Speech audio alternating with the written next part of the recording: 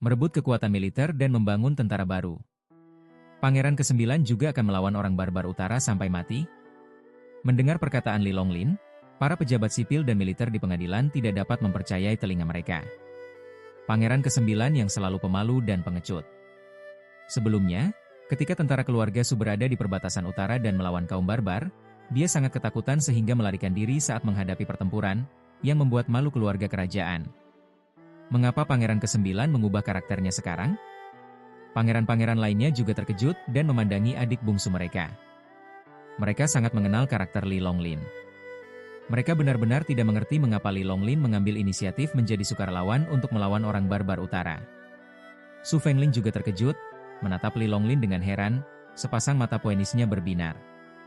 Pangeran ke-9 yang tidak berguna ini, tidak takut mati, bersedia melawan orang barbar utara bersamanya. Meskipun dia sama sekali tidak berguna, keberanian ini patut diacungi jempol. Sungguh mengesankan. Namun, hanya Kaisar Wu yang marah, hatinya penuh amarah, menatap Li Longlin dengan tajam. Si Lao Jiu masih tetap sia-sia, geramnya dalam hati. Aku sudah mengatakannya dengan jelas, mengapa kamu tidak mengerti? Su Fengling bodoh, tidak apa-apa. Tetapi bagaimana kamu bisa begitu bodoh, mencari kematian, takut bahwa kamu tidak akan mati dengan cepat? Jika kamu benar-benar pergi ke Barbarian Utara dan pergi ke medan perang, saya khawatir si tua ke-6 yang memberontak belum mati, dan kamu akan mati lebih dulu. Hai, ucapnya frustrasi. Seliro, bukannya aku tidak melindungi si Lao Jiu. Dia benar-benar mencari kematian. Aku tidak bisa berbuat apa-apa. Kaisar Wu menghela nafas dalam hatinya, memandang Li Longlin dan berkata, aku akan bertanya padamu untuk terakhir kalinya. Kamu seperti Su Fengling, kamu menginginkan hadiah yang kuberikan padamu, yaitu menjadi jenderal dan memimpin pasukan ke orang barbar utara? Li Longlin mengangguk dan berkata dengan tegas, benar. Saya telah mengambil keputusan, dan saya berharap ayah saya akan membantu saya. Wajah Kaisar Wu menjadi pucat. Oke. Karena kamu bertekad untuk mati, aku akan membantumu. 1 bulan kemudian, setelah kamu dan Su Fengling menikah, kamu akan memimpin sisa prajurit keluarga Su ke Barbar Utara. Su Fengling mendengar ini, wajahnya penuh kegembiraan, berlutut untuk mengucapkan terima kasih, Yang Mulia. Tapi Li Longlin menggelengkan kepalanya dan berkata dengan serius, Ayah, kamu hanya memberiku 1000 tentara yang tersisa dari keluarga Su, dan memintaku pergi ke orang barbar utara untuk melawan orang barbar yang makan daging mentah dan minum darah.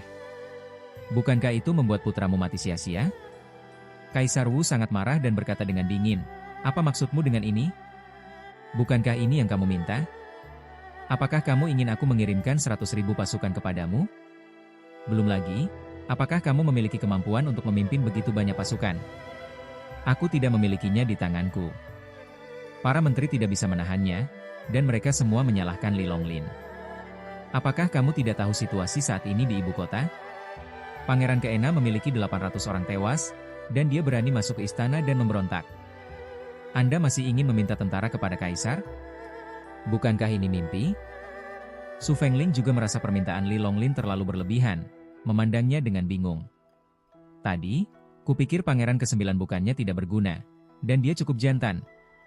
Tapi dia terjatuh begitu cepat. Menghadapi keraguan semua orang, Li Longlin tidak panik sama sekali, dan menjelaskan, Ayah, Anda salah paham dengan maksud saya. Tentu saja, saya tahu bahwa istana sekarang kekurangan tentara dan kuda. Itulah sebabnya aku ingin berbagi kekhawatiranku padamu. Tolong izinkan aku memberikan Su Fengling dan 1000 sisa keluarga Su kepadaku sebagai prajurit istanaku. Saya akan menggunakan sisa-sisanya sebagai fondasi, merekrut tentara, dan membangun kembali pasukan baru keluarga Su. Saat pasukan baru terbentuk, inilah saatnya bagiku untuk berperang melawan kaum barbar utara. Permintaan Li Longlin untuk kekuatan militer dan membentuk tentara baru membuat seluruh pejabat sipil dan militer di pengadilan sangat terkejut. Para pangeran semakin tercengang. Mereka tahu, Kaisar Wu sangat curiga. Meskipun mereka adalah darah dagingnya sendiri, dia tidak mempercayai mereka dan tidak mau menyerahkan kekuatan militer kepada mereka. Di antara 9 pangeran, hanya sedikit yang memiliki kekuatan militer. Karena Pangeran ke-6 tidak memiliki kekuatan militer, ia mengira Kaisar Wu telah mengabaikannya, sehingga ia membangkitkan pejuang maut dan pemberontak. Pangeran ke-9 yang sia-sia, mengapa dia harus meminta kekuatan militer? Apalagi mengapa Pangeran ke-9 ingin membangun pasukan baru? Sekarang orang barbar telah menerobos garis pertahanan utara dan bergerak ke selatan dalam jumlah besar, mendekati ibu kota. Diperlukan setidaknya 1,5 tahun untuk membangun pasukan baru. Saat Anda sudah membentuk pasukan, peluangnya akan hilang. Selain itu, membangun pasukan baru bukanlah tugas yang mudah. Makanan, gaji militer, senjata yang mana yang bukan tumpukan perak. Sekarang perbendaharaan kosong dan pengadilan mengalami defisit fiskal yang serius. Bahkan gaji militer pengawal istana telah menunggak selama beberapa bulan. Bukankah ini sebuah fantasi? Bagaimana Kaisar Wu bisa setuju? Faktanya, Kaisar Wu juga merasa perkataan Li Longlin pada awalnya terlalu tidak masuk akal. Dia berencana untuk menolak secara langsung dan memarahinya. Tapi saat dipikirkan kembali, matanya berbinar. Ya, Lao Jiu tidak punya uang dan tidak punya orang. Hanya mengandalkan 1.000 sisa keluarga Su, ditambah Su Fengling, dia ingin membangun pasukan baru. Itu mimpi bodoh. Tapi apakah saya benar-benar berharap Lao Jiu membangun pasukan baru, membalikkan keadaan, dan mengalahkan kaum barbar? Tentu saja tidak. Yang saya inginkan adalah pasukan baru Lao Jiu tidak dapat dibangun. Dengan cara ini, Su Fengling dan sisa-sisa keluarga Su memiliki reputasi membangun pasukan baru. Setidaknya dalam jangka pendek, mereka tidak akan menyebut ekspedisi utara lagi. Setelah 1 atau 2 tahun, Daxia akan dihancurkan atau kaum barbar akan mundur. Mereka tidak perlu pergi ke medan perang lagi, jadi nyawa mereka akan terselamatkan, bukan? Hal terbaiknya adalah memperlakukan sisa prajurit keluarga Su sebagai prajurit istana dan memberikan mereka kepada Lao Jiu. Bukan saja dibenarkan dan masuk akal, para menteri pun sulit menolaknya.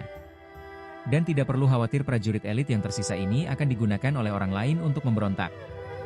Satu-satunya hal yang perlu dikhawatirkan Kaisar Wu adalah kesetiaan Lao Jiu. Jika Lao Jiu seperti Lao Liu, dia juga memendam niat jahat dan ingin menunggu kesempatan untuk memberontak. Itu buruk. Saya ingin mengujinya. Kaisar Wu tergerak dan berkata dengan sungguh-sungguh, saya perlu memikirkan lamaran Pangeran ke-9 dan mendiskusikannya di lain hari. Tugas paling mendesak sekarang adalah semua menteri mendiskusikan bagaimana menangani Pangeran ke-6 yang bersalah atas pengkhianatan dan pemberontakan. Para menteri berbicara tanpa ragu-ragu, Yang Mulia, Kaisar bersalah atas kejahatan yang sama seperti rakyat jelata. Pangeran ke-6 dengan sadar melanggar hukum, yang bahkan lebih penuh kebencian. Dia harus dipenggal sesuai hukum. Ya, Yang Mulia. Jika Anda berhati lembut dan mengampuni Pangeran ke-6, itu berarti memaafkan kejahatan dan berhati terlalu lembut. Kita harus membunuh ayam untuk menakuti monyet.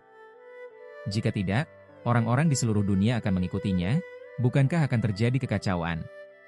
Kaisar Wu tidak terkejut dengan reaksi para menteri. Para menteri ini menyerah kepada pangeran lain. Sekarang setelah pemberontakan Pangeran ke-6 gagal, mereka sangat ingin menambah penghinaan dan sepenuhnya menghilangkan kekuatan faksi Pangeran ke-6, membersihkan hambatan besar bagi pangeran mereka sendiri untuk menjadi kaisar di masa depan. Adapun para menteri Pangeran ke-6, mereka sangat ingin menjauhkan diri dari masalah ini, dan tangisan mereka bahkan lebih keras. Untuk sesaat, seluruh pengadilan dipenuhi dengan teriakan pembunuhan. Para pangeran juga sama, masing-masing dipenuhi dengan kemarahan yang benar, menyebutkan kejahatan Pangeran ke-6, ingin membunuhnya. Li Xuan diikat, berlutut di tanah, jantungnya mati, dan air mata mengalir tak terkendali. Para menteri baik-baik saja, mereka adalah penjahat yang bertindak berdasarkan keuntungan dan menjilat yang berkuasa. Tapi semua pangeran adalah saudaranya, bukankah mereka peduli dengan persaudaraan? Pada saat ini, Kaisar Wu memandang Li Longlin dengan penuh arti, dan berkata, Lao Jiu, bagaimana menurutmu? Apakah menurutmu Lao Liu juga harus dibunuh? Li Longlin membungkuk dan berkata, laporkan kepada Kaisar. Saya pikir meskipun saudara ke-6 salah, dia tidak pantas menerima hukuman mati.